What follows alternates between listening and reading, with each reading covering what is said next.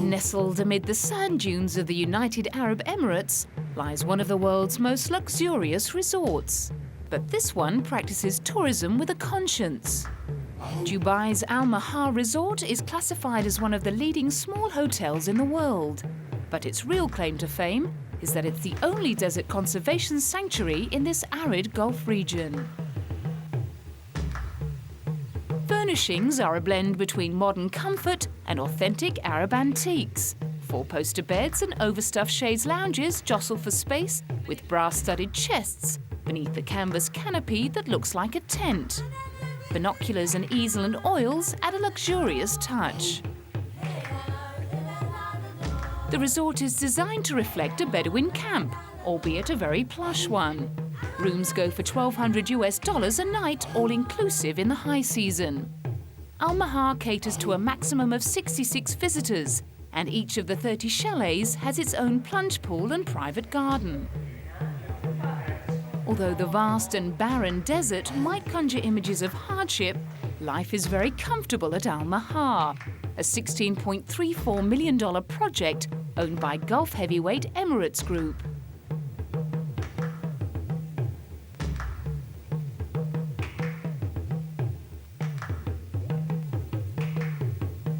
Established in March 2000, Al Mahar is set within a 25 square kilometre reserve that is home to more than 40 species of flora and fauna, including the oryx that is now extinct in the wild. The reserve has introduced some species that were destroyed by the camels that were farmed here. Probably the first and foremost is that it uses every single conceivable environmentally friendly system that you can find, from 100% water recycling through to solar energy wherever we can use it, right through to the fact that all the chemicals, detergents, even the guest amenities are 100% biodegradable. We run the systems like that. We are trying to limit our impact on the habitat, and this is really a model for anyone on design and design technique. What also makes it special is the first one that's ever been done in the desert. And from both the guest point of view and from the business point of view, the one thing that makes it special is that the guest visiting here supports our business, and their contribution goes into conservation. Other species that have been reintroduced include the Acacia nilotica, or scented thorn bush, and the so-called firebush that has natural built-in pyrotechnics. The oryx, which was released in the desert in 1999, breeds in the reserve, and their numbers have increased so much that Al Mahar has established feeding stations for them. Now, foxes' holes and rodent homes riddle the sands, while different species of gazelles laze amid the dunes under the winter sun. Two of the species that roam free in Al Mahar include the shy sandy brown Dorcas gazelle and the skittish Reen gazelle. Al Mahar, named after the rare Arabian oryx it protects, is a 45-minute drive into the desert outskirts of cosmopolitan Dubai, the bustling trade and tourism hub of the oil-rich United Arab Emirates. A low-voltage fence surrounds the reserve to prevent camels, animals that are not indigenous to this area, from straying in and the protected species from wandering out, ensuring that Al Mahar's guests can enjoy a natural habitat while lolling in their own luxurious environment. And while indulging themselves in five-star luxury and the beauty of nature, guests at Al Mahar Resort can relax in the knowledge that they are also nurturing the environment. Coming up next, the world's biggest yacht. The Vosper Thornycroft Yard in Southampton is famous for building naval ships. Now, alongside the frigates and minesweepers, a giant sailing yacht has gradually taken shape. Construction of the world's largest motor yacht is rumoured to have cost a whopping £33 million.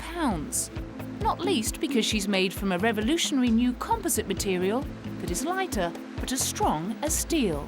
It gives a lighter structure for an equivalent strength.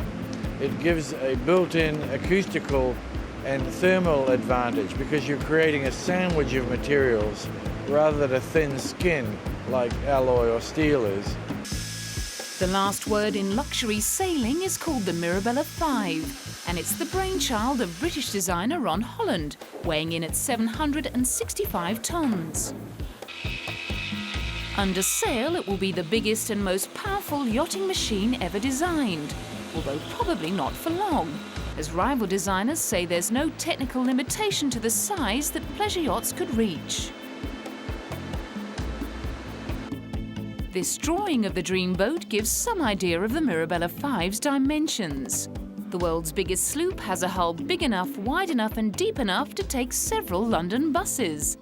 On completion of the 75-metre hull, the yacht will be fitted with a mast more than 90 metres high. The design is outstanding. Its size is going to allow for much greater speed, because on a big boat like this, it's its length that determines its speed. And the way the keel is designed, the bottom is designed, this boat will perform very well upwind as well, which is something most big boats don't do. The Mirabella 5 boasts 6 staterooms, king-size bedrooms, ensuite bathrooms, satellite TV, a cinema, gym and sauna all included, and all serviced by a permanent 12-member crew. We're going to achieve a launch at the end of November. Shortly after that, the vessel will go to Portsmouth and we will step the mast, which means fitting a 90-metre tall mast, a huge structure that we're building at another of our shipyards, and people will then see for themselves the true size of this ship. The ultimate sailing machine may be built for speed, but the yacht is designed mainly for the super-rich to cruise the Caribbean and the Mediterranean. The Mirabella 5 will be hired out for charters. Not surprisingly, when it comes to hiring out a vessel with sailing and rigging proportions never before considered, a working jib of nearly 9,000 feet and a staysail of nearly 3,500 feet, only those with the deepest of pockets need apply. But owner Joe Vittoria is confident of finding plenty of recession-proof billionaires willing and able to find the charter fee of $250,000 a week. There are 490-odd billionaires in dollars in the world, and I only need 20 of them to get my 20 weeks charter. Many of them will even charter it for more than 1 week. But forget the billionaires, there are a lot of people out there that have the kind of money that's necessary to have a holiday that's going to cost maybe $500,000 by the time it's over.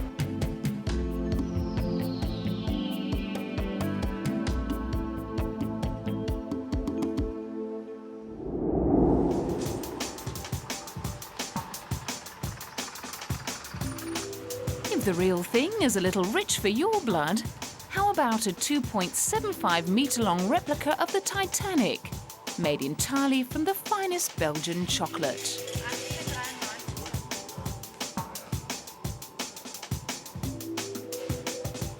More than 90 years after the luxury liner sank, it resurfaced in Germany. Berlin's traditional chocolate makers, Fassbender and Rausch, known for their extravagant creations, built the ship at a scale of 1 to 100. When the chocolate version of the ill-fated ship was unveiled in Berlin, it was clear the confectioners had considered every single detail: the anchor, the chimneys, and every single one of the ship's portholes. We are known to make buildings out of chocolate, and so far we've always created buildings in Berlin, like the Brandenburg Gate, the Reichstag, or the Church of Remembrance. One day there was a magazine here with pictures and a blueprint of the Titanic, so we asked ourselves whether it would be possible to reconstruct this gigantic ship on a 1 to 100 scale. It took about 1 year, but we succeeded. To build the ship, it took a lot of time, great instinct, and lashings of chocolate. And of course, Rausch and his confectioners didn't even forget the rescue boats. We started dealing with the ship's structure and realized that we had to make the ship's bottom 2.75 meters out of solid chocolate. We then added the top, made special molds, and filled those with chocolate. At the end, we had about 1,200 single pieces, which then had to be connected, all stuck together with chocolate. The detail on the ship is completely to scale, even down to the ship's propellers, which look metallic but were made of chocolate and then coated with golden food colouring. Alongside the Titanic, there are enough spectacular items on display in the shop to satisfy even the most voracious chocoholic appetite. Most of them are famous symbols of the German capital, Berlin, such as the Reichstag and a 1.5-metre tall chocolate replica of the Brandenburg Gate. And whether it's chocolate or couture that turns you on, I hope we've satisfied your desire. At least until next time, when we'll be pampering you on the poop deck of the Queen Mary II and catching up with the legendary Armani. Before a luxury stopover at Rodeo Drive and ending up at London's most decadent hotel.